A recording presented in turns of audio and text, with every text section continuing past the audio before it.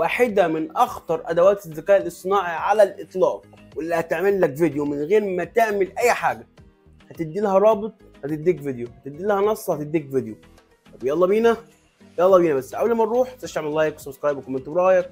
يلا بينا.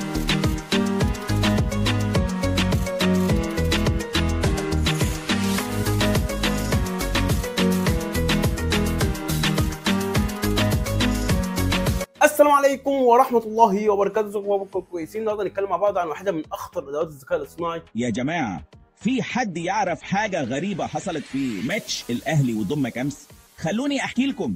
الماتش بدأ قوي جدا والأهلي كان هجومه ناري. شفتوا الجون الأولاني؟ حاجة من عالم الخيال. بس استنوا، وهي المتخصصة في أداة الفيديوهات، يعني بتعمل لك فيديو من رابط، أنت بتدي لها رابط مقالة بتطلع لك فيديو كامل. طبعا الأداة مش مجانية، ولكن ينفع تستخدمها أكتر من مرة عن طريق أكتر من حساب. هنروح على الشرح على طول، نتابع مع بعض. الشرح كويس جدا، هو الشرح سهل مش محتاج أي حاجة. يلا بينا. هندخل على الموقع اللي تحت أسفل الفيديو مباشرة من غير أي مشاكل. هندوس على ترايت ويب ونبدأ نعمل كرييت الأكونت بتاعنا. طبعا الأكونت مجاني، طبعا في مدفوع وفي مجاني، ولكن انا هستخدم الحساب المجاني اللي بيديني اكتر من تجربه. بعد ما ادخل على الموقع من غير اي مشاكل وكريت الحساب بتاعي، هبدا احط هنا الاسم مش عارف ايه، هدوس كونتينيو. تمام. طبعا الموقع هنا فيه اكتر من اداه، زي ان انا مثلا اكتب الكلام وهو يعمل لي فيديو، ولكن انا عايز اخليه هو اللي يجيب الكلام كمان. يعني انا مش عايز اقعد اكتب الكلام او اخده كوبي نسخ، لا انا هديله رابط المقاله وهو يجيب لي الكلام. ازاي الكلام ده يا عبد الرحمن؟ الاول انا عايز اعمل الفيديو يتنزل على اليوتيوب اي بفيديو بالعرض، ولا انا عايز فيديو شورتس؟ انا هختار فيديو يوتيوب شورتس. ابدا اروح اجيب المقاله بتاعتي، ولكن احنا اتكلمنا ان احنا عايزين نجيب المقالات الترند. زي ما انت شايف الموقع ده حرفيا من احسن المواقع اللي ممكن تشوفها، ومش هتلاقي حد كمان عارفه كتير جدا. الموقع ده كنز. الموقع ده بيجيب لك الترندات اللي بتبحث حاليا على جوجل، وكمان مش في مصر بس، لا كمان في جميع دول العالم.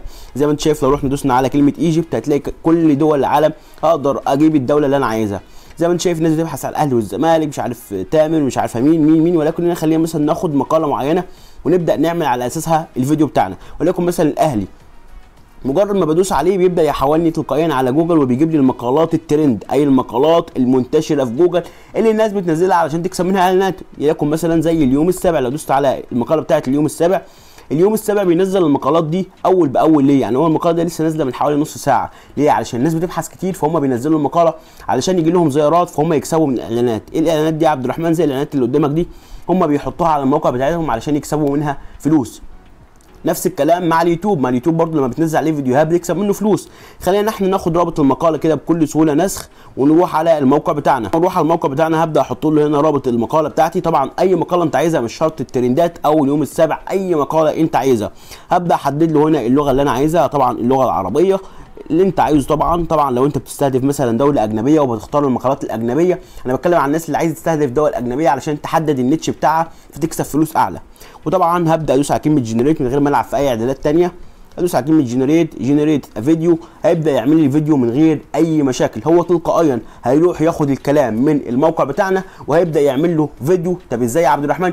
بعد ما يستخرج الكلام هيخلي الذكاء الاصطناعي يقول الكلام ويروح يجيب لنا فيديوهات ويحطها مع الكلام.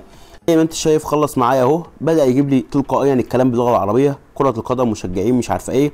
بقول انت عايز طبعا يوتيوب شورتس ولا انستجرام ريلز ولا تيك توك، اي حاجه مش هتفرق، كلهم تقريبا نفس المقاس. هبدا ادوس على كلمه كونتينيو، هيبدا يكمل لي الفيديو بتاعي.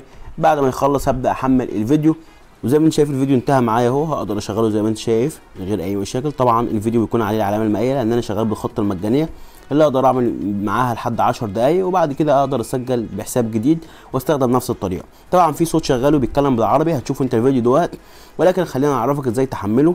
هدوس على علامه داونلود من هنا اهو، وابدا اختار بعلامه مائيه، علشان بالعلامه المائيه لازم يكون حساب مدفوع.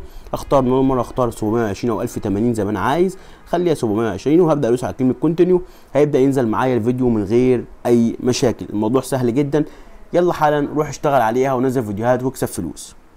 وبكده نكون اتعلمنا مع بعض ازاي نعمل فيديو كامل متكامل بالذكاء الاصطناعي من غير ما يتدخل نهائيا عن طريق اداه انفيديا اي اي. الموضوع سهل جدا. متنساش تعمل لايك وسبسكرايب وكومنت ورايك. سلام.